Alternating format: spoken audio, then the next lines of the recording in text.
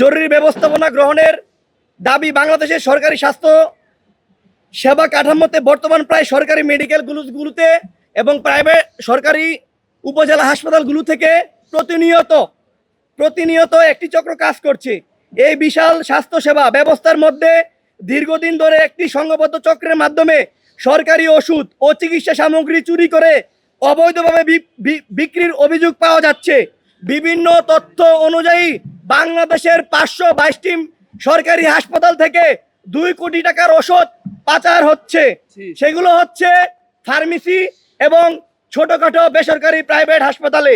অভিযোগ রয়েছে হাসপাতালের কিছু অসাধু কর্মচারী বহিরাগত চক্রদের মাধ্যমে এই চক্র পরিচালনা করছে বহু বছর ধরে। ফলে সাধারণ রোগীরা বিনামূল্যে প্রাপ্য ওষুধ থেকে বঞ্চিত হচ্ছে এবং রাষ্ট্রীয় সম্পদের অপব্যবহার হচ্ছে। আমরা যদি আপনাদের মাধ্যমে তুলে ধরি কি ধরনের ওষুধ বাইরে যাচ্ছে তথ্য প্রমাণের ভিত্তিতে, আজকে আমরা এখানে কিছু স্যাম্পল কালেকশন করতে পেরেছি।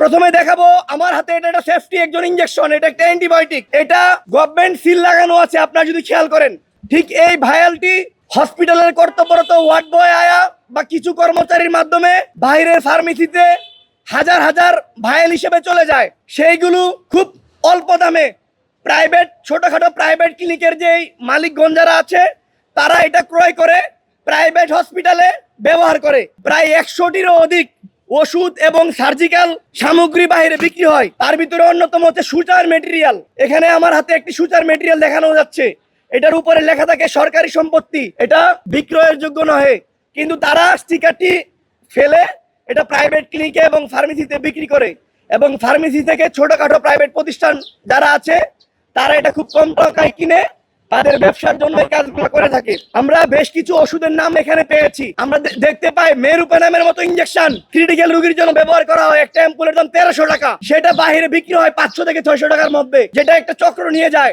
নেলবান ইনজেকশন, নেলবুপিন এবং ডাইজিপাম, যেটা ডাক্তারদের প্রেসক্রিপশন ছাড়া দেওয়ার কথা না, অথচ এই ওষুধগুলো ডাক্তারের প্রেসক্রিপশন ছাড়াই ফার্মেসি থেকে দেওয়া হয়। প্রায় সার্জিক্যাল আইটেমের ভিতরে আমরা আইবি ক্যানুলা থেকে শুরু করে infusion set, transfusion set, catheter, surgical gloves, Hexisol, পবিসেপ থেকে শুরু করে দামি দামি যে ইকুইপমেন্ট বা মেডিসিন, সার্জিক্যাল মেডিসিন যেগুলো আছে এগুলো বাইরে চলে যায়। আমরা বলতে চাই বাংলাদেশের মানুষ যে সরকারি চিকিৎসাটা নিবে সেখান থেকেও তারা প্রতারিত হচ্ছে।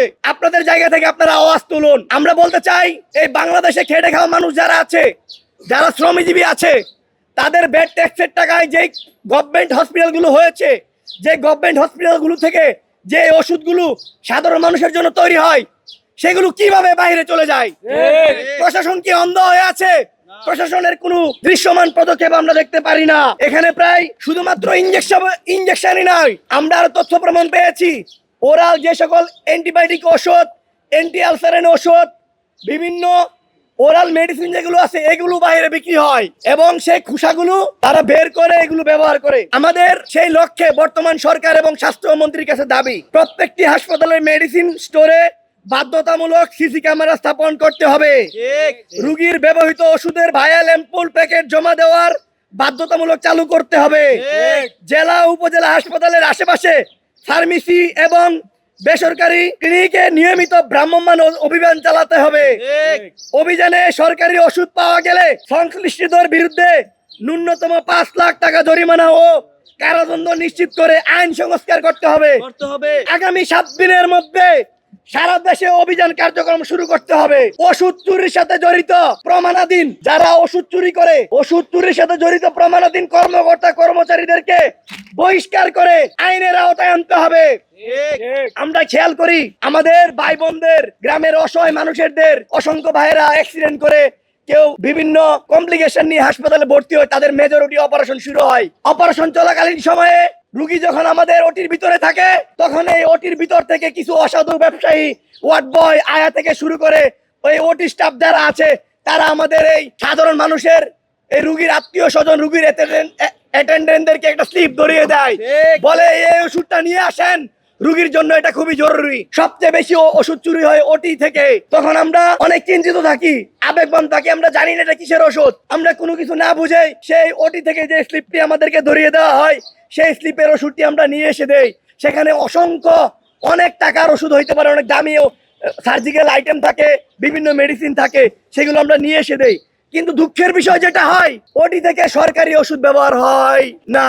সরকারি ওষুধগুলো চলে যায় বাইরে, আর বাইরে থেকে আমাদের যেই রুগীর অ্যাটেন্ডারের যে ওষুধগুলো কিনে নিয়ে আসে সেগুলো সেখানে ব্যবহার করে এন্ট্রি মেনটেন করা হয়। আমরা তীব্র প্রতিবাদ ও নিন্দা জানাই। একজন মানুষের মুমূর্ষু অবস্থায় যারা এই ধরনের প্রতারণা করে তাদেরকে অতি দ্রুত শাস্তির আওতায় আনতে হবে।